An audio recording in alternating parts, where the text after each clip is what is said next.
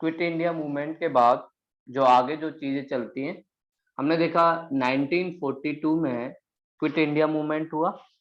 और इस quit India movement के बाद बहुत सारी चीजें हुई। ब्रिटिश लोग बहुत सारी चीजें लेके भी आए, लेकिन हमें कुछ भी उससे फायदा नहीं मिला। हमें लगा कि भाई हमारे लिए कुछ भी चीज नहीं है। और लास्ट जो स्टेप था ब्रिटिश लोगों का, जो 1945 के बाद आया, सेकेंड वर्ल्ड वॉर के बाद, उस सेकेंड वर्ल्ड वॉर के बाद इन लोगों ने कैबिनेट मिशन इंडिया भेजा। और कैबिनेट मिशन में बहुत सारे इनके फेमस लीडर थे। ब्रिटिश लोगों ने बहुत सारे लोगों को इसमें इंक्लूड किया, अपने एक बड़े मिनिस्टर को भी इसमें इंक्लूड किया। और साथ में ही इंडिया में सॉल्यूशन कैसे निकाला जाए इसकी बात की गई कि भाई कैसे इंडिया को जल्द से जल्द आजाद किया जाए। ये सारी बातें कैबिनेट मिशन में थी। और कैबिनेट मिशन कहीं ना कहीं हमारे लिए अच्छा भी था। और इन्होंने एक बार कोशिश की कि भाई कैसे इंडिया को बिना डिवीजन के फ्रीडम मिले। लेकिन प्रॉब्लम ये क्रिएट हुई कि ऐसा पॉसिबल नहीं हो पाया। और इस कैबिनेट मिशन को बनाने वाले 3 लोग थे।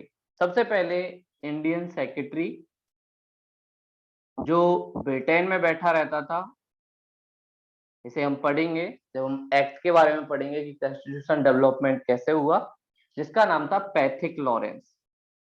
तो पैथिक लॉरेंस ये इस कैबिनेट मिशन में इंक्लूड थे, जिन्होंने कुछ प्रोविजन करने की बात की भाई कैसे इंडिया में हम लोग एक तरीके से ऐसा सिस्टम स्टेब्लिश कर सकते हैं जिससे इन लोगों का सही से चले। अगले जो थे ट्रेड बोर्ड के जो हेड थे, जो एक तरीके से ईस्ट इंडिया कंपनी को लीड करता था, वो भी इस कैबिनेट मिशन में इंक्लूड थे, जिनका नाम था स्टैफर्ड क्रिप्स। और इनके बारे में हमने पढ़ा भी है, क्रिप्स मिशन। तो ये वही वाले क्रिप्स हैं जिनके बारे में हमने क्रिप्स मिशन पढ़ा था।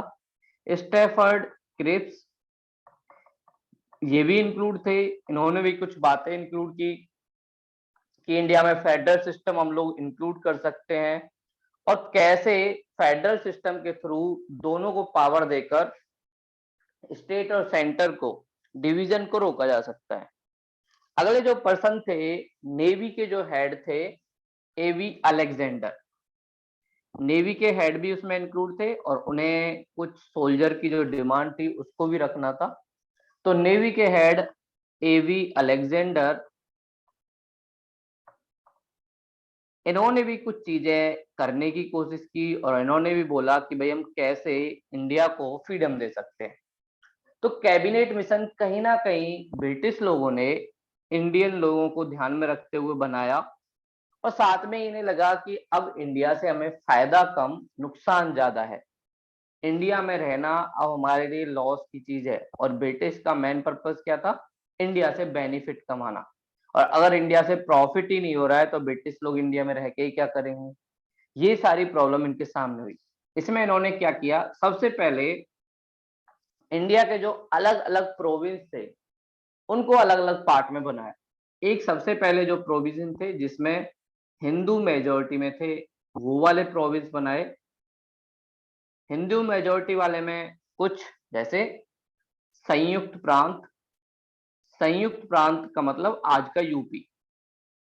संयुक्त प्रांत इसमें इंक्लूड था, आज का यूपी, एमपी, मध्य प्रदेश। साथ में ही इसके अलावा बॉम्बे,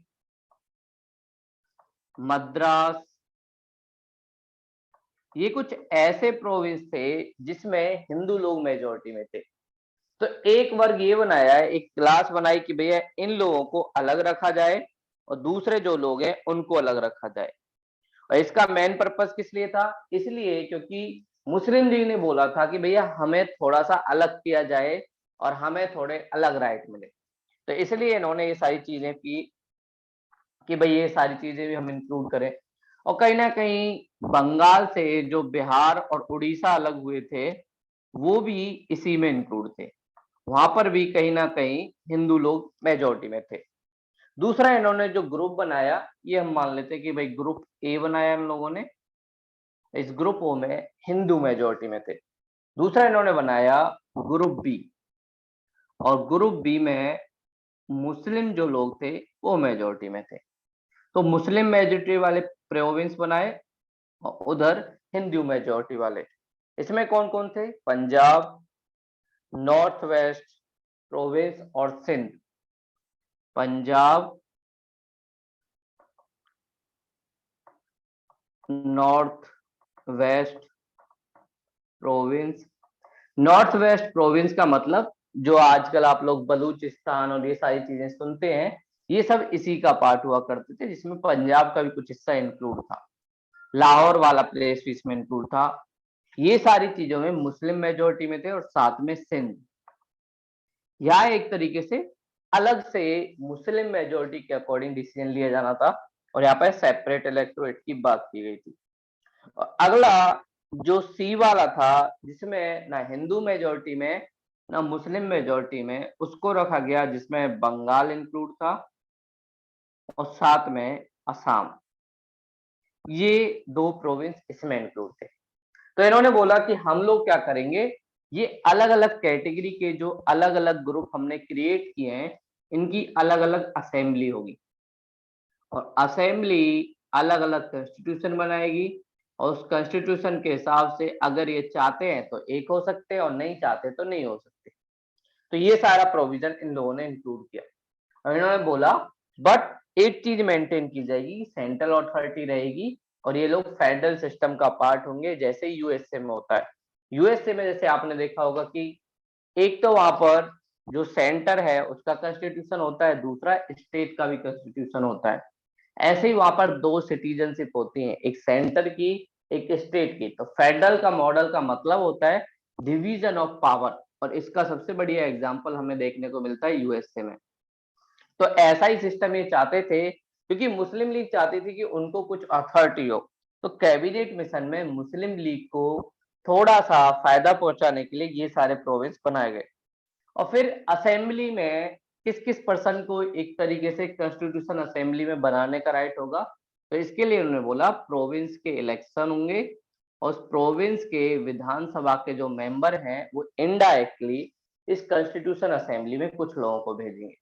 तो एक कॉन्स्टिट्यूशन असेंबली अपने हिसाब से कुछ प्रोविजन करेगी और जैसा इन्हें लगेगा ऐसा अपना चलाएगी। तो ये सारी चीजें इन लोगों ने की और कहीं ना कहीं अच्छा तरीका था कि कैसे इन सब लोगों को इंक्लूड किया जाए। और इन्होंने बोला एक इंटरिम गवर्नमेंट भी बनाई जाएगी। इंटरिम गवर्नमेंट मतलब थोड़ा सा टेम्परेरी बेस पे एक गवर्नमेंट बनाई जाए जिसमें बहुत सारे इंडियन लोग इंक्लूड हों। और इस इंटरिम गवर्नमेंट में इन लोगों ने बोला 6% कांग्रेस से, 5% मुस्लिम लीग से ऐसे इंक्लूड होंगे और 1% सिख वाले समुदाय से, 1% पारसी और 1% ईसाई। लगभग 14 मेंबर की इंटरनल गवर्नमेंट ये बनाई, इंटरिम गवर्नमेंट। शुरुआती स्टेज में मुस्लिम लीग इसमें इंक्लूड नहीं थी, कांग्रेस इसमें इंक्लूड हुई। कांग्रेस को लगा अगर मौका मिल रहा है तो हमें इंक्लूड होना चाहिए, लेकिन मुस्लिम लीग को डाउट था। उन्हें लगा कि नहीं, अगर हम इसमें इंक्लूड हो गए तो कहीं ना कहीं पाकिस्तान हमें नहीं मिलेगा, इसलिए वो शुरुआती स्टेज में इसमें इंक्लूड ही नहीं हुए। लेकिन बाद में जब इन्हें लगा कि भाई कांग्रेस कहीं ज्यादा फायदा ना ले जाए, इसलिए ये लोग इसमें इंक्लूड हो गए। और फिर उसके बाद एक गवर्नमेंट बनी, उसके जो हेड थे वो थे हमारे नेहरू जी, और नेहरू जी अंडर थे किसके? वायसराय के। तो ये सारी चीजें चली। तो शुरुआत स्टेज में ना होने के बाद मुस्लिम लीग बाद में इंक्लूड हुई, फिर उनको कुछ पोस्ट भी दी गई, फाइनेंस मिनिस्ट्री की जो पोस्ट थी वो उनको दी गई। इन प्रॉब्लम ये हुई, नेहरू जी कहते भी हैं कि ब्रिटिश लोगों ने मुझे ऐसा व्हीकल चलाने के लिए दिया है जिसमें गेट तो बहुत है लेकिन ब्रेक इतनी ज्यादा है कि मैं चलाने में उसे कैपेबल ही नहीं हूँ। मुस्लिम लीग कहीं ना कहीं ब्रेक की तरह काम कर रही थी। और जैसे ही नेहरू जी और पटेल जी और भी कांग्रेस के मेंबर कुछ करने जाते, ये लोग बीच में अपोजिशन कर देते। ये लोग बोलते थे कि आपको फाइनेंस मिनिस्ट्री मिली है तो हमें फाइनेंस चाहिए, तो बोले आपको रिसोर्स नहीं देंगे। तो ये सारी प्रॉब्लम कहीं ना कहीं क्रिएट हो गई हमारे साथ। तो फिर उसके बाद नेहरू जी का और मुस्लिम लीग का डिबेट थोड़ा सा और बढ़ा। फिर उसके बाद ब्रिटिश जो पीएम थे एटली, अब वहां पर भी ब्रिटिश में भी क्या हुआ कि अब चेंज की बात हो गई और चर्चिल की जगह जो पीएम बने वो बने एटली। एटली जी जैसे ही पीएम बने वो चाहते थे कि जितनी जल्दी इंडिया का इशू सॉल्व हो उतना अच्छा है, क्योंकि हमारे ऊपर कहीं ना कहीं रिसोर्स का बर्डन पड़ रहा है। तो एटली जी ने अपना एक स्पीच दिया और उस स्पीच में बोला कि इंडिया को बहुत जल्द आजाद कर दिया जाएगा, और इन्होंने एक डेट भी बता दी। बोले 30 जून 1948 से पहले इंडिया को फ्रीडम दे दी जाएगी। और साथ में एक और चीज बोली, कोशिश की जाएगी कि टू नेशन ना बनाकर एक ही नेशन बनाकर इनको फ्रीडम दी जाए, क्योंकि टू नेशन अगर बनाए जाएंगे तो कहीं ना कहीं एडमिनिस्ट्रेटिव प्रॉब्लम होगी, सिविल वार होगा, ये सारी चीजें कहीं ना कहीं होगी। और इन लोगों ने अपने एक रिप्रेजेंटेटिव के रूप में लॉर्ड माउंटबेटन को भेजा इंडिया। लॉर्ड माउंटबेटन इंडिया आया। इस लॉर्ड माउंटबेटन ने सारी पार्टियों से बात की, खासकर कांग्रेस और मुस्लिम लीग से, और उनसे बोला कि भाई आप लोग कैसा अपना कंट्री चाहते हो, कैसा कॉन्स्टिट्यूशन चाहते हो, वो सारी प्रोविंस बातें हमें बताओ। तो एक तरफ कांग्रेस तो रेडी हो गई, बिल्कुल हमें जितनी जल्दी पावर मिले उतनी अच्छा है। दूसरी तरफ मुस्लिम लीग थोड़ी सी नाराज थी, क्योंकि उन्हें लगा इस बार फिर दोबारा से हमारे साथ कहीं ना कहीं टॉर्चर हुआ है और पाकिस्तान की डिमांड को नहीं माना गया। उन्हें एक और प्रॉब्लम माउंटबेटन से भी थी, उन्हें लगता था माउंटबेटन की कहीं ना कहीं नेहरू जी से ज्यादा बनती है, इसलिए हमसे बात करने बाद में आया है। तो ये प्रॉब्लम क्रिएट हो गई। तो फिर जब मुस्लिम लीग को लगा कि कोई ऑप्शन नहीं है, तो इन लोगों ने डायरेक्ट एक्शन की बात की। तो 1946 में डायरेक्ट एक्शन मुस्लिम लीग ने लिया, और इस डायरेक्ट एक्शन के बाद इंडिया में सिविल वार शुरू हुआ, कम्युनल वायलेंस शुरू हुई।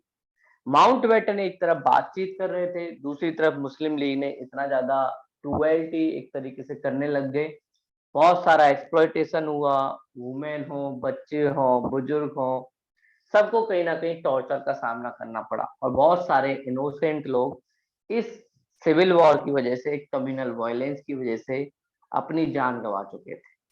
तो अब कांग्रेस के सामने दो ऑप्शन, या तो डिवीजन या फिर इंडिया में सिविल वॉर। तो शुरुआती स्टेज में कांग्रेस में काफी ज्यादा डिबेट हुई कि डिवीजन होना चाहिए नहीं होना चाहिए, लेकिन दो बड़े लीडर पटेल जी और नेहरू जी ने बोला हमने देख लिया 1946 के इंटरिम गवर्नमेंट में कि मुस्लिम लोग कितना ज्यादा हमारा सरकार चलाने में हेल्प करते हैं, वो उल्टा हम लोगों को पीछे ही लेके जाएंगे, आगे लेके नहीं जाएंगे। इससे बढ़िया है उनको कहीं ना कहीं एक अथॉरिटी दे दी जाए और उनको फ्रीडम दे दी जाए, कम से कम हमारे पास जितनी टेरिटरी होगी उस पर तो हम सही से रूल कर पाएंगे। तो उसके बाद कांग्रेस का एक सेशन हुआ, और उस सेशन में ये बिल आया कि भैया अब इंडिया का डिवीजन होगा, तो उसके बाद हम लोगों को फ्रीडम मिलेगी। शुरुआती स्टेज में गांधी जी भी इसके खिलाफ थे, बहुत सारे लोग थे, सैफुद्दीन किचलू, ये भी कहीं ना कहीं एक तरीके से अपोज में थे, और भी बहुत सारे लोग, मालवीय जी, मदन मोहन मालवीय जी, वो भी अगेंस्ट में थे। तो मतलब बहुमत से तो पास नहीं हुआ, मेजोरिटी लोगों ने इस चीज को एक्सेप्ट नहीं किया कि कांग्रेस ये किया, लेकिन ऑप्शन कोई था ही नहीं, तो इन लोगों ने एक्सेप्ट कर लिया। और जैसे ही एक्सेप्ट कर लिया तो माउंटबेटन ने एक लॉ स्कीम बनाई, जिसे हम कहते हैं माउंटबेटन योजना। और उस योजना के थ्रू उसने मुस्लिम लीग से भी, कांग्रेस से भी, दोनों से बात की, और माउंटबेटन प्लान के अकॉर्डिंग ही इंडिया को फ्रीडम मिला। और दूसरी तरफ ब्रिटिश पार्लियामेंट ने एक एक्ट पास किया, इंडियन फ्रीडम एक्ट 1947। इस एक्ट के थ्रू भी इंडिया को फ्रीडम मिली, और ये सारे जो एक्ट के प्रोविजन थे वो लॉर्ड माउंटबेटन की इंडिया की फ्रीडम जो योजना थी उसी का पार्ट थे। तो लॉर्ड माउंटबेटन ने जो फ्रीडम के लिए स्कीम बनाई उसमें कुछ प्रोविजन थे, और लॉर्ड माउंटबेटन की इस स्कीम को कई नाम से जाना जाता है, लॉर्ड माउंटबेटन प्लान, इसका और भी नाम है जून प्लान, क्योंकि जून के आसपास बना, तो जून प्लान, और साथ में Dickie Bird plan. Dickie Bird plan, ये तीनों एक ही प्लान के नाम है। ये सारी चीजें लॉर्ड माउंटबेटन ने इंडिया में एस्टेब्लिश करवाई। और लॉर्ड माउंटबेटन ने बोला कि भाई गवर्नमेंट बनेगी, पहले डिवीजन होगा, और टू नेशन थ्योरी की बात की, दो नेशन बनेंगे, एक जिसमें मुस्लिम मेजोरिटी में है वो बनेगा पाकिस्तान, जिसमें हिंदू मेजोरिटी में वो बनेगा इंडिया। ये बात इस प्लान में रखी गई। साथ में इसने बोला इंडियन लोगों को शुरुआत में डोमिनियन स्टेटस मिलेगा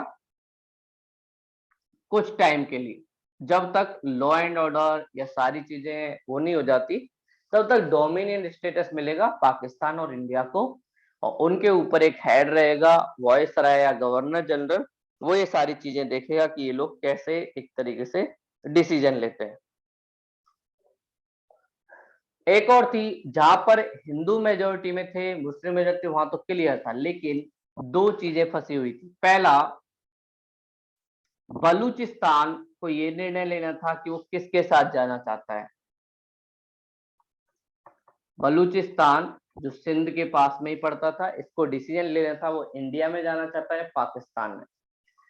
बलूचिस्तान के जो लीडर थे फ्रंटियर गांधी, वो चाहते थे कि खान अब्दुल गफ्फार खान इंडिया में इंक्लूड किया जाए, लेकिन प्रॉब्लम ये थी उसके बीच में सिंध और पंजाब आता था जो पाकिस्तान का पार्ट था, और साथ में ही बलूचिस्तान की मेजोरिटी जो पॉपुलेशन थी वो भी मुस्लिम थी। तो इसलिए इंडिया ने और उनके लीडर ने यही कहा कि आप पाकिस्तान में रहो तो अच्छा है, वरना फ्रंटियर गांधी चाहते थे कि भैया मैं तो या तो इंडिपेंडेंट रहूं या इंडिया के साथ रहूं। उनके थॉट कहीं ना कहीं गांधी जी से ज्यादा मिलते थे, इसलिए वो चाहना था। तो फिर उसके बाद डिसीजन लिया गया और बलूचिस्तान किसके अंडर आ गया, पाकिस्तान के अंडर हुआ। इसीलिए फ्रीडम से लेकर अब तक बलूचिस्तान के लोगों की पाकिस्तान की गवर्नमेंट से नहीं बनती है। उन्हें लगता है कि इन लोगों ने शुरुआत में हमारा साथ नहीं दिया। फिर बहुत सारे और प्रोविंस में भी डिसीजन लिए गए, जैसे असम में। असम में एक प्लेस था, उसमें भी कहीं ना कहीं डिसीजन लिया गया कि भैया आप लोग किधर जाना चाहते हो। तो असम का मेजोरिटी वाला जो पार्ट है वो इंडिया के साथ रहा। एक जो पार्ट था सिलहट वाला, वो वाला किसके साथ गया, वहां पे मुस्लिम मेजोरिटी थी, ये पाकिस्तान के साथ गया। फिर दो बड़े डिसीजन, एक बंगाल को लेना था, दूसरा लेना था पंजाब को। बंगाल और पंजाब में दोनों लोग मेजोरिटी में थे, इंडियन भी, को हिंदू लोग भी और मुस्लिम लोग भी। तो इन बंगाल की असेंबली को दो लेने थे डिसीजन। पहली बात, आप किसमें इंक्लूड होना चाहते हो, और अगर आप दूसरे में इंक्लूड होना चाहते हो तो आप लोगों का डिवीजन कैसे होगा। तो बंगाल का जो ईस्टर्न पार्ट है ये इंक्लूड हुआ किसमें, पाकिस्तान में। वेस्टर्न पार्ट है वो किसमें इंक्लूड हुआ, इंडिया में। ऐसे ही पंजाब का भी डिवीजन हुआ।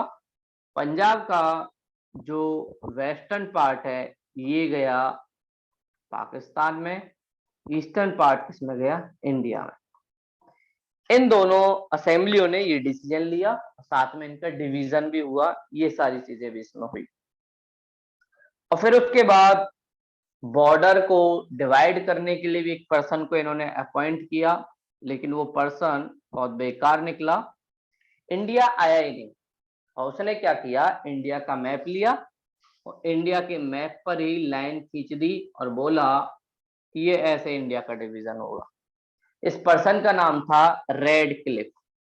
इसलिए इंडिया और पाकिस्तान, और पाकिस्तान से पहले जो ईस्ट पाकिस्तान वाला पार्ट था जिसे आज बांग्लादेश कहते हैं, उन दोनों के साथ इंडिया का जो बॉर्डर लगता है उसे हम किस लाइन नाम से जानते हैं, रेड क्लिफ लाइन। तो रेड क्लिफ कमीशन बैठाई गई, लेकिन इसने बॉर्डर का बहुत सारा एरिया डिस्प्यूटेड रख दिया। कुछ हाउस ऐसे थे, आधे इंडिया में आते थे, आधे पाकिस्तान में आते थे, और उसके ऊपर हमारी अभी भी थोड़ी बहुत फाइट होती रहती है कि भैया कौन किसका पार्ट है। और उसका रीजन था रेड क्लिफ ने वो सारी चीजें सही तरीके से डिवाइड ही नहीं की, कि भाई कैसे किसका डिवीजन होना चाहिए। तो ये सारी चीजें हुई। और फिर उसके बाद बात हुई कि भाई डिवीजन का मेन कॉज कौन, इंडिया में डिवीजन का मेन कॉज कौन हुआ। एक तरफ कुछ लोगों ने कहा कि भाई जिन्ना कहीं ना कहीं इंडिया में डिवीजन का कारण था, और उसकी ग्रीड या उसका ड्रीम कि भैया मुझे भी एक प्रेसिडेंट या पीएम बनना है, उसने कहीं ना कहीं उसकी जिद ने दो नेशन थ्योरी को डेवलप किया।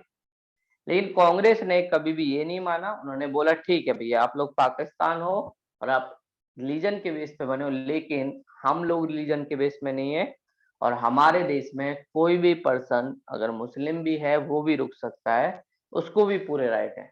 ये सारी चीजें उसमें। तो कुछ लोगों ने जिन्ना को बोला, कुछ लोगों ने कांग्रेस को भी बोला।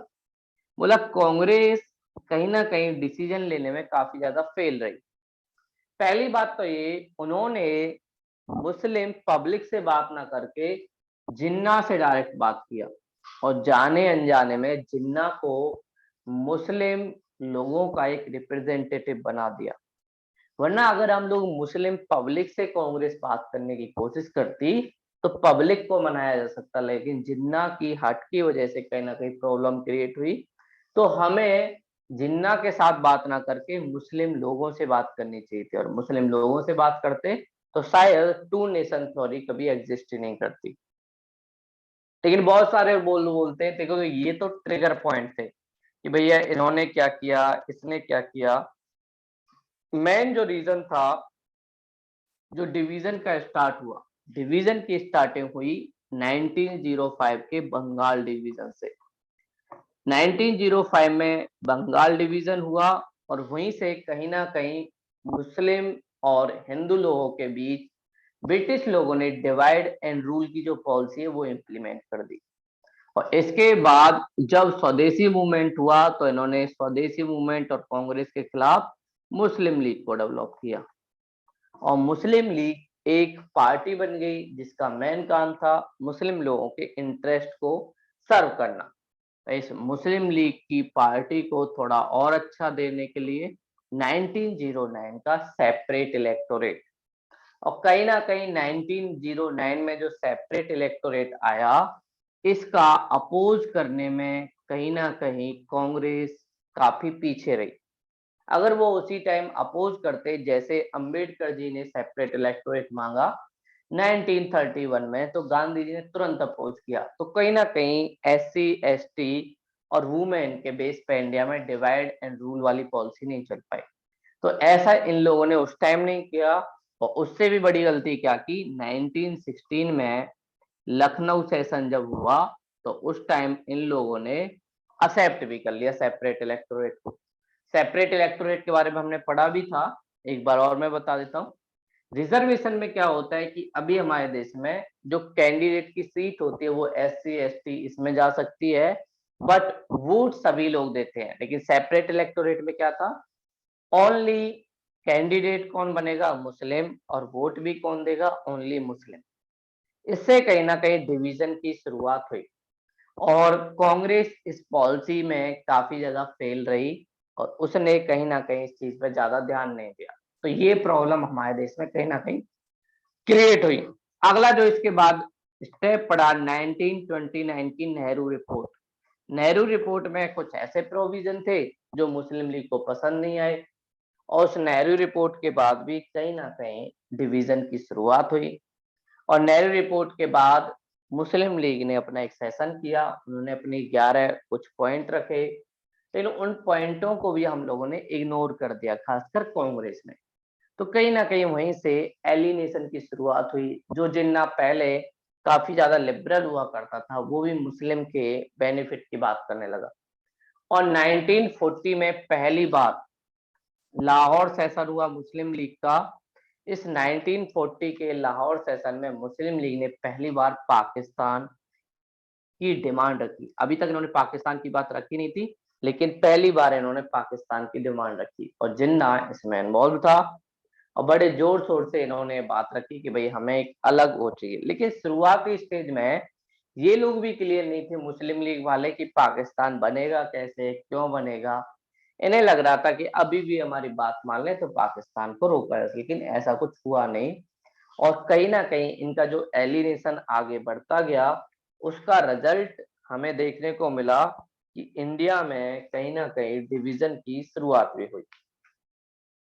और इससे पहले भी और भी सारी चीजें थी। 1933 के आसपास एक तरीके से डिवीजन चला, कम्युनल वायलेंस। एक तरफ हिंदू सभा है जो हिंदू लोगों की बात कर रही है, इसके जो लीडर हैं मालवीय जी हैं, मदन मोहन मालवीय, और भी बहुत सारे लीडर हैं जो हिंदुओं की बात करते हैं।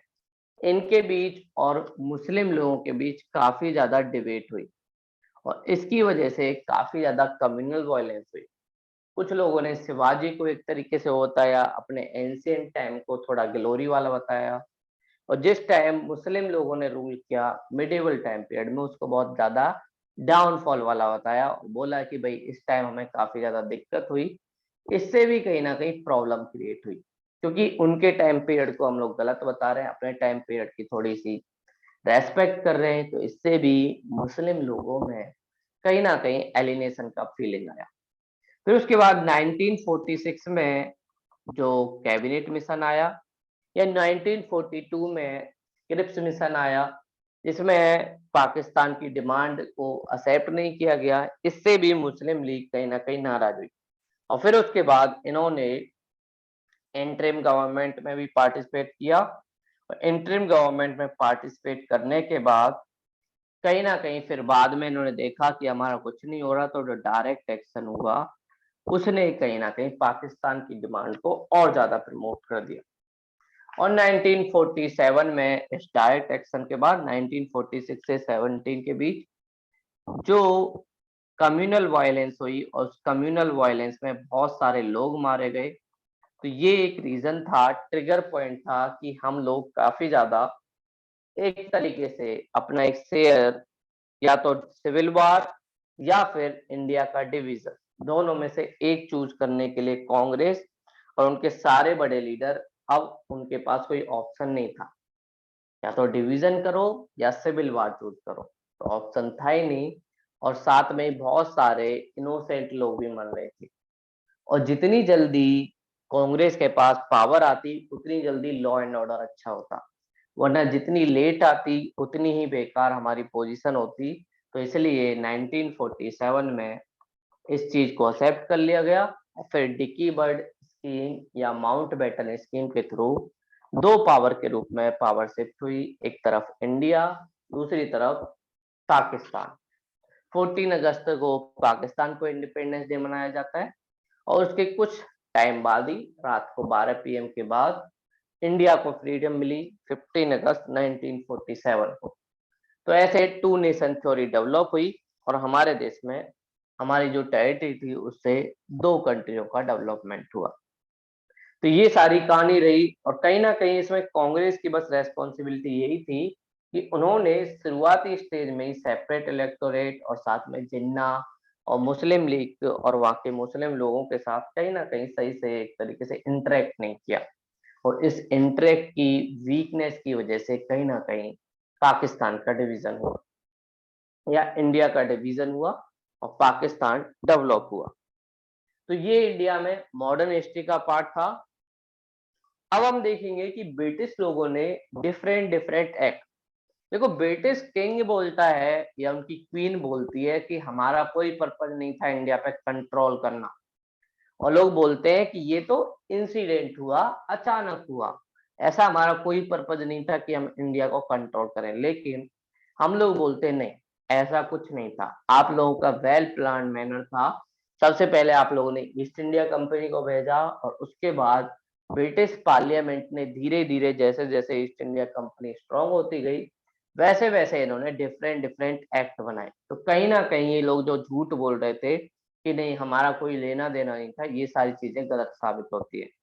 और हम लोग देखेंगे कैसे, हमने देखा भी कि बंगाल कैसे इन्होंने कंट्रोल किया, और उस कंट्रोल के बाद ही कहीं ना कहीं शुरुआत होती है इंडिया पर ब्रिटिश पार्लियामेंट या ब्रिटिश गवर्नमेंट की कंट्रोल की। तो हम देखेंगे कि कॉन्स्टिट्यूशनल मेजर या कॉन्स्टिट्यूशनल प्रोविजन कौन कौन से ब्रिटिश गवर्नमेंट ने किए, जिसकी वजह से इंडिया को इन लोगों ने कॉलोनी बनाया। तो वो सारे प्रोविजन क्या क्या थे? देखो, पहले जो सिस्टम चलता था, हमें याद है बंगाल पर इन लोगों ने सबसे पहला कंट्रोल किया, और बंगाल को अपने अंडर 1972 के बाद 1772 के बाद डायरेक्टली अपने अंडर कर लिया। और इसकी शुरुआत कहां से हुई? 1757 का बैटल ऑफ प्लासी, जिसमें इन लोगों ने सिराज जो था उसको हराया, जो कहाँ का था? बंगाल का नवाब। और उसके बाद 1764 में इन लोगों ने बैटल ऑफ बक्सर में इन्होंने शाह आलम सेकंड जो मुगल रूलर थे उसको भी हराया, अवध के जो रूलर थे शुजा-उद-दौला उसको भी हराया, और साथ में ही बंगाल का जो भागा हुआ नवाब था मीर कासिम, उसको भी हराया। यहाँ से इनकी शुरुआत हुई, और फिर 1765 से 1772 ये डीआरकी सिस्टम चला बंगाल में। एक तरफ जो दीवान वाले या फाइनेंस मिनिस्ट्री वाले राइट थे वो किसके पास थे? ब्रिटिश के पास। और सूबेदार जिसका काम था लॉ एंड ऑर्डर का, वो सारे राइट थे निजमुद्दौला, एक छोटा सा बच्चा, उसके पास, जो वहां का सूबेदार बना। यहाँ से इनकी शुरुआत हुई 1765 से 1772 डीआरकी सिस्टम, और फिर उसके बाद 1772 में वॉरेन हेस्टिंग ने डीआरकी सिस्टम को खत्म कर दिया, और उसके बाद 1773 में ब्रिटिश पार्लियामेंट की शुरुआत हुई, और ब्रिटिश पार्लियामेंट ने एक एक्ट बनाया। यहाँ से ब्रिटिश पार्लियामेंट का इंटरफेयर इंडिया में शुरू हुआ। इससे पहले सिस्टम क्या था? ईस्ट इंडिया कंपनी जो थी उसकी कुछ शेयर होल्डिंग जो लोग लेते थे उनके बेस पर डिसीजन होता था, और इनका एक ग्रुप बनता था जिसे हम कहते थे सीओडी, कोड ऑफ डायरेक्टर।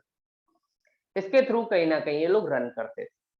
लेकिन 1773 में जब ईस्ट इंडिया कंपनी को अपने एक्सपेंशन के लिए कुछ पैसे की जरूरत पड़ी, तो ब्रिटिश पार्लियामेंट ने बोला पैसे तो हम दे देंगे, बट आप लोगों को हमें भी कुछ देना पड़ेगा। तो यहीं से थोड़ा बहुत कंट्रोल करना इन लोगों ने स्टार्ट किया, और सबसे पहले जो ये पावर इसके पास थी, धीरे धीरे इस पावर को ब्रिटिश पार्लियामेंट अपनी तरफ लेके गया, और 1773 में जो चीजें थी उसको और ज्यादा कंट्रोल करने के लिए 1784 का पिट्स इंडिया एक्ट पास किया। पिट्स वहां के प्राइम मिनिस्टर थे। तो पिट्स इंडिया एक्ट 1784 के थ्रू लंदन में एक बोर्ड बनाया गया जिसका था बोर्ड ऑफ गवर्नर। ठीक है, इस बोर्ड के, या BOC, board of control, appoint जो ऑफिसरों को कर रहा है अभी तक, वो कर रहा है कोड ऑफ डायरेक्टर। ये अपॉइंट करता है कोई भी ऑफिसर जो इंडिया में आता है, बट इनको वापस बुलाने का जो राइट है वो किसका हो गया है? बोर्ड ऑफ कंट्रोल का।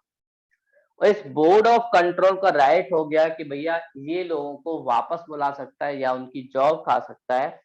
तो कहीं ना कहीं जो ऑफिसर होंगे वो इसके प्रति भी लायबिलिटी अपनी निभाएंगे, और जो नहीं निभाएगा उसको बोर्ड ऑफ कंट्रोल अपने पास बुला लेगा।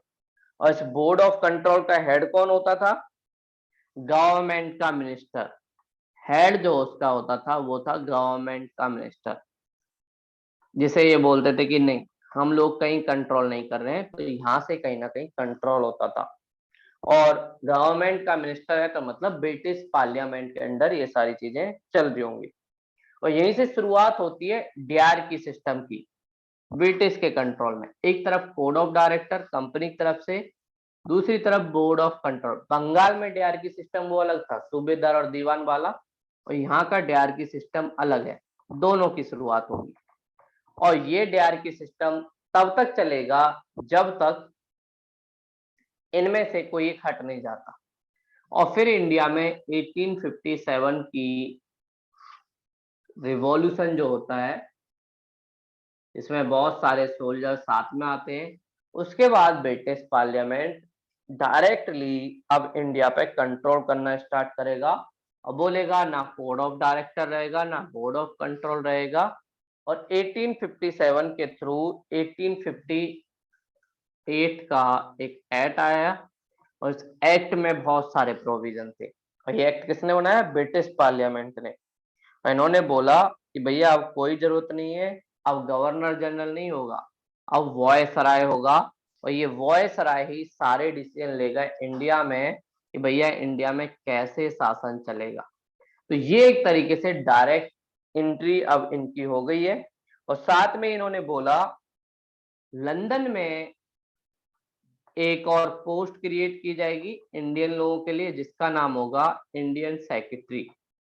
और ये इंडियन सेक्रेटरी के प्रति ही ये वॉयसराय और इनके जो अधिकारी हैं वो डेडिकेटेड होंगे।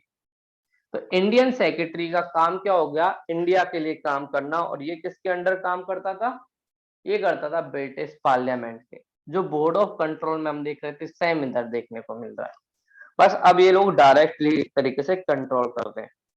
फिर उसके बाद ये लोग 1919 का एक्ट लेके आएंगे। 1919 के एक्ट में थोड़ी सी और पावर इंप्रूव करने की बात कहेंगे और बोलेंगे कि भैया इसका जो सेक्रेटरी है इसका जो थोड़ा बहुत पैसा है वो हम लोग भी देंगे, ब्रिटिश पार्लियामेंट भी देगा। बट एक पोस्ट और क्रिएट कर दी डायरेक्टरेट की। और उस डायरेक्टरेट का पैसा कौन देगा? इंडियन लोग देंगे। ऐसे इनका एडमिनिस्ट्रेटिव सिस्टम चला इंडिया में कंट्रोल का। ये था एडमिनिस्ट्रेटिव सिस्टम की बात। दूसरा इन्होंने ट्रेड पर कैसे कंट्रोल किया। ईस्ट इंडिया कंपनी की जो सबसे बड़ी ताकत थी वो थी ट्रेड। शुरुआत में ईस्ट इंडिया कंपनी जब तक इन्होंने डायरेक्टली बंगाल पे कंट्रोल नहीं किया अपने हिसाब से ये सारे डिसीजन लेते हैं। और इसीलिए बक्सर के बाद जो इलाहाबाद की ट्रीटी हुई क्लाइव ने डायरेक्टली इंडिया को अपने अंडर नहीं किया। और उसका एक सबसे बड़ा रीजन ये था क्लाइव को डर था अगर डायरेक्टली इंडिया को मैं कंट्रोल करूंगा तो कहीं ना कहीं ब्रिटिश पार्लियामेंट हमारे डिसीजन मेकिंग में कंट्रोल करना या इंटरफेरेंस करना स्टार्ट कर देगी। तो एक चीज जो शुरुआत हुई 1773 यहाँ से पहली बार आपने देखा कि स्टार्ट हुई ब्रिटिश पार्लियामेंट की। और 1773 के बाद 1813 जब ब्रिटेन में इंडस्ट्रियल रिवॉल्यूशन आया। जब ब्रिटेन में इंडस्ट्रियल रिवॉल्यूशन आया तो वहां के एमपी लोग अदर ट्रेडर ने ब्रिटिश पार्लियामेंट पर थोड़ा प्रेशर डाला कि भैया ईस्ट इंडिया कंपनी इंडिया से सारा बेनिफिट क्यों ले, हमें क्यों नहीं बेनिफिट मिले। तो फिर उसके बाद इनकी जो मोनोपोली थी ईस्ट इंडिया कंपनी की उस मोनोपोली को कहीं ना कहीं खत्म किया गया 813 के एक्ट के थ्रू। और ब्रिटिश पार्लियामेंट ने बोला एक्सेप्ट चाइना, चाइना के साथ इनके ट्रेड को छोड़कर ईस्ट इंडिया कंपनी के और सारे ट्रेड पर अब कोई मोनोपोली नहीं है। कोई भी ब्रिटिश पर्सन इंडिया में जाकर अपनी कंपनी खोल सकता है, इंडिया में जाकर ट्रेड कर सकता है और उनके पूरे राइट होंगे जैसे ईस्ट इंडिया कंपनी के होंगे। तो 1813 का एक्ट एक तरीके से ईस्ट इंडिया कंपनी की मोनोपोली पे कंट्रोल करने की बात करता है। और इसकी शुरुआत कहाँ से हुई? यहाँ से। और चाइना को छोड़कर, चाइना और टी, चाइना से ये जो ट्रेड करते थे वो था टी, चाइना और टी को छोड़कर सब पर अब एक तरीके से इंडिया में फ्री ट्रेड एग्रीमेंट इंप्लीमेंट किया 1833 के एक्ट के थ्रू फ्री ट्रेड एग्रीमेंट। और फिर उसके बाद 1833 का एक्ट आया लगभग 20 ईयर बाद। 1833 के एक्ट के में इसमें भी कुछ प्रोविजन थे। इसमें बोला भैया कंपनी का जो रूल है, कंपनी का रूल 20 ईयर्स के बाद हो सकता है फिनिश कर दिया जाए, या जब हम लोगों को लगे तब उनको फिनिश कर दिया। उसका रीजन क्या था? इसका भी रीजन था वहां के लोग जो है डिमांड कर रहे थे कि भैया ये कंपनी ज्यादा फायदा उठाती है, वहां पे रहती है, इसके पास रूल है, कोड ऑफ डायरेक्टर है, हम लोगों को कोई भी चीजें नहीं मिलती, ये सारी चीजें होनी थी। तो इन्होंने बोला ठीक है 20 ईयर के लिए और इन्हें लाइसेंस दे देते हैं और उसके बाद इनको थोड़ा देखा जाएगा कि इनकी कंडीशन कैसी है, उस हिसाब से चीजें चलेंगी। तो उसके बाद 1833 में 20 इयर्स के लिए और लाइसेंस मिलता है और फिर 1853 का एक्ट आता है। लगभग 20 साल बाद ये एक्ट आता है और 1853 के एक्ट में बोला जाता है कि कंपनी का जो रूल है वो कभी भी फिनिश्ड किया जा सकता है, जब हमारा मन होगा तब हम कंपनी के रूल को खत्म कर दें। और कंपनी का रूल खत्म कब हुआ? जब इन लोगों ने 1857 का रिवॉल्यूशन इंडिया में हुआ, उसके बाद जो 1858 का एक्ट आया, इसके बाद कंपनी का रूल खत्म। ईस्ट इंडिया कंपनी की मोनोपोली ना ट्रेड में है, ना एडमिनिस्ट्रेशन में है, ना जुडिशियल सिस्टम में, कंपनी का खत्म और डायरेक्ट क्वीन या किंग के अंडर इंडियन लोग आ गए। तो ये सारी इनकी ट्रेड के लेवल पे जो भी पॉलिसी थी उसको इन्होंने किया, ये सारी चीजें इनकी इसी में इंक्लूड थी। तो ऐसे इन लोगों ने कहीं ना कहीं इंडिया में प्रोविजन करते गए और साथ में ही अगली चीजों को भी बढ़ाते रहे। इसी के साथ जब इन्होंने लैंड रेवेन्यू पॉलिसी इंक्लूड की, इंडिया में इनका जो मेन तरीका था रेवेन्यू कमाने का वो था लैंड से रेवेन्यू कमाना। और लैंड रेवेन्यू की पॉलिसी जैसे ही सुनी हुई तो बहुत सारे डिस्प्यूट क्रिएट हुए लैंड के राइट को लेकर और 1773 के एक्ट के थ्रू पहली बार बंगाल में एक सेंट्रल सुप्रीम कोर्ट को इन्होंने एस्टेब्लिश किया, जिसका मेन पर्पस था इंडिया में जुडिशियल सिस्टम को इम्प्लीमेंट करना, जिससे कि इंडिया में जो ये प्रॉब्लम इनको आ रही थी वो सारी प्रॉब्लम ना हो। और इसी के थ्रू 1773 के एक्ट के थ्रू इन लोगों ने एक और प्रोविजन किया। पहले बंगाल का जो गवर्नर था उसे गवर्नर के नाम से जाना जाता था, सिर्फ बंगाल पे कंट्रोल था, लेकिन 1773 के थ्रू अब जो गवर्नर था उसे अलग नाम से जाने लगा और अगला जो गवर्नर बना वो बने वॉरेन हेस्टिंग, जिन्होंने 1772 में ये सारी चीजें हटाई। वॉरेन हेस्टिंग को अब बंगाल से भी ऊपर पावर दे दी गई कि भैया आप इंडिया में और भी हमारी टेरिटरी हैं उनको। तो एक तरीके से बंगाल का लास्ट गवर्नर और इंडिया का गवर्नर वो कौन था? Warren Hasting. इसको ही कहीं ना कहीं पावर दे दी गई और ब्रिटिश पार्लियामेंट ने बोला कि भाई ये हमारे देश में सारे रूलों को इम्प्लीमेंट करेगा। ये इन्होंने एक तरीके से काम किया कि इंडिया में कैसे सारी चीजें हो। और 1784 का जो पिट्स इंडिया पैक्ट था उसके थ्रू भी इन्होंने कुछ चीजें स्टार्ट की और इसके थ्रू क्या किया, 3 जो प्रोविंस थे जिनसे इंडिया में लीड करते थे, ये प्रोविंस थे, एक था बंगाल, दूसरा था मद्रास, तीसरा था बॉम्बे। इन तीनों प्रोविंस में पहले क्या होता था, अलग अलग एडमिनिस्ट्रेटिव ऑफिसर रूल करते थे, लेकिन अब ब्रिटिश पार्लियामेंट ने बोला कि भैया इन तीनों पर एक हेड होगा जिसका नाम होगा गवर्नर जनरल। गवर्नर जनरल उसे नाम दिया गया और वो इन तीनों प्रोविंस का हेड होगा और यहीं से शुरुआत होती है गवर्नर जनरल की हिस्ट्री की। और बहुत सारे लोग धीरे धीरे गवर्नर जनरल बन के आते रहे, बहुत सारे लोग वापस भी जाते रहे और पहली बार इन्होंने 1784 के एक्ट के थ्रू इंडियन टेरिटरी को बोला ब्रिटिश पार्लियामेंट टेरिटरी। पहली बार इन्होंने यूज किया, वरना पहले बोलते थे ईस्ट इंडिया कंपनी के थ्रू ही कहीं ना कहीं हम लोग सारी चीजें चलाएंगे।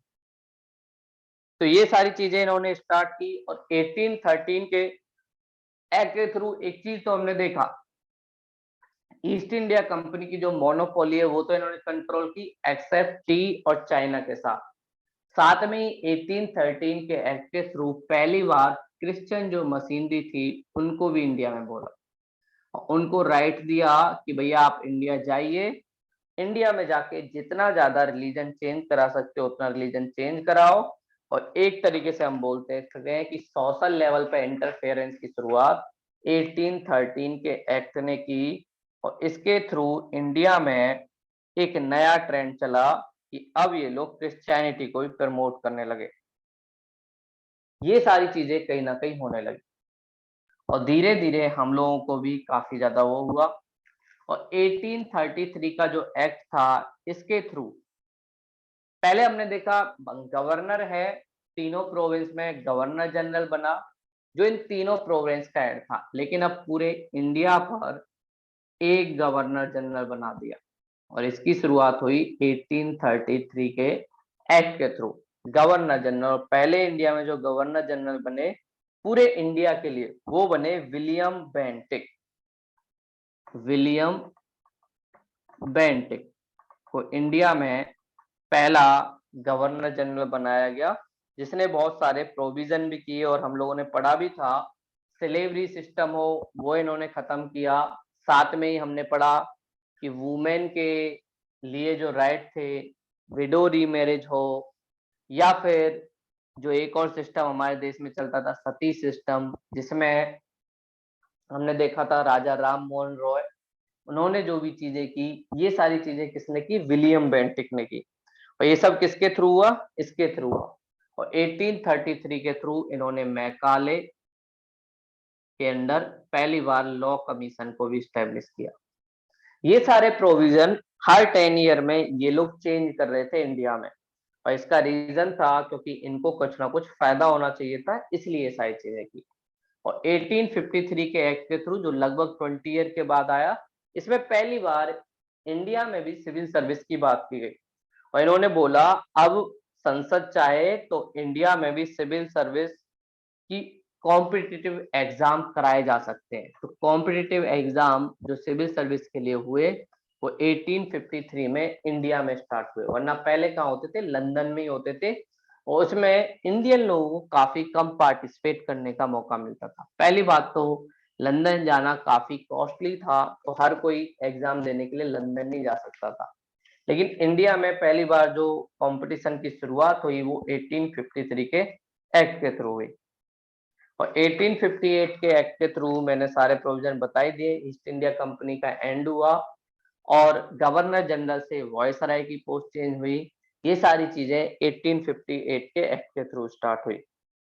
और फिर एक और एक्ट कहीं ना कहीं जो पास में ही होता है 1853 के बाद 1861 का आता है, जिसमें असेंबली की बात की जाती है कि इंडिया में कुछ असेंबली बनाई जाएंगी लॉ के लिए। इन्होंने एक तरीके से प्रोविंस किए और बॉम्बे, मद्रास, इन प्रोविंस में इन्होंने बोला सेंट्रल लेजिस्लेटर असेंबली, इसको एस्टेब्लिश किया जाएगा और इसका इलेक्शन होगा। वोटिंग राइट कुछ लोगों को, लिमिटेड लोगों को वोटिंग राइट दिए गए कि भैया ये लोग वोटिंग राइट ले सकते हैं, और कुछ इंडियन लोग रखे गए और ज्यादातर मैक्सिमम जो पावर थी वो ब्रिटिश के पास ही रखी गई। और इसी में पहली बार एक और प्रोविजन किया गया, ऑर्डिनेंस। ऑर्डिनेंस अभी भी इंडियन पार्लियामेंट में चलता है, हमारे कॉन्स्टिट्यूशन में चलता है, और ये ऑर्डिनेंस की पावर किसको थी? वायसराय को। और जब हम लोगों को फ्रीडम मिली तो इस ऑर्डिनेंस की पावर को हमने किसको दे दिया? अपने प्रेसिडेंट को। देखो ऑर्डिनेंस का मतलब क्या होता है? इमरजेंसी के टाइम में जब हम अचानक कोई भी डिसीजन नहीं ले सकते तो ऑर्डिनेंस लाकर बिना पार्लियामेंट से लॉ को पास कराए हुए आप लोग एक्ट बना सकते हो। और आप लोगों ने सुना भी होगा मोदी गवर्नमेंट ने जो आधार बिल लेके आई, ये सारे जो बिल हैं वो ऑर्डिनेंस के थ्रू लेके आए और बाद में पार्लियामेंट से पास हुआ। तो ऑर्डिनेंस के थ्रू कहीं ना कहीं एग्जीक्यूटिव को लेजिस्लेटिव पावर मिल जाती है और वो भी काफी कम टाइम में। ये सारी चीजें, लेकिन अभी हमारे जो आजाद कंट्री है उसमें एक प्रोविजन और है, विद इन 6 मंथ, 6 मंथ के अंदर इस ऑर्डिनेंस को पास कराना होगा पार्लियामेंट के दोनों चैम्बर से। और अगर दोनों चैम्बर नहीं है तो कम से कम एक चैम्बर से, राज्यसभा है जिसका डिसोल्यूशन होता भी नहीं है, उस चैम्बर से तो कहीं ना कहीं इन लोगों को पास कराना गया। तो कई बार आपसे पूछा जाएगा कि इंडिया में ऑर्डिनेंस की जो पावर है वो हम लोगों ने किस एक्ट से लिया है? तो 1861 के एक्ट से।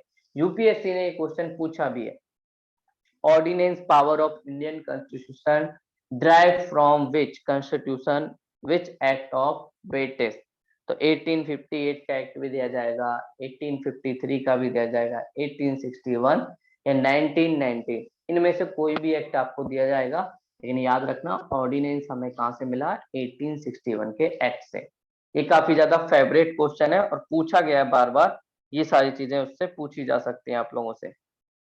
अगला जो प्रोविंस इन्होंने किया लेजिस्लेचर के पॉइंट ऑफ व्यू से 1861 के बाद 1892 का एक एक्ट आया। 1892 का एक्ट आया लगभग 31 ईयर बाद, और इस एक्ट में कुछ प्रोविंस किए गए। इसमें पहली बार बोला गया इंडिया में इलेक्शन होंगे। इंडिया में इलेक्शन की बात, अभी जो सेंट्रल लेजिस्लेटिव असेंबली है यहाँ पे नॉमिनेशन की बात की थी, इलेक्शन की नहीं। हमारी पब्लिक को एक तरीके से इलेक्शन लड़ने का कोई राइट नहीं था और ना कि वोट देने का। तो पहली बार इन्होंने बोला कि भैया सेंट्रल लेवल और प्रोविंस लेवल दोनों लेवल पर इलेक्शन की बात की। सेंट्रल लेवल पे भी और प्रोविंस लेवल, 1861 में हमने देखा सेंट्रल लेवल पे बात की, प्रोविंस के लेवल पे नहीं की।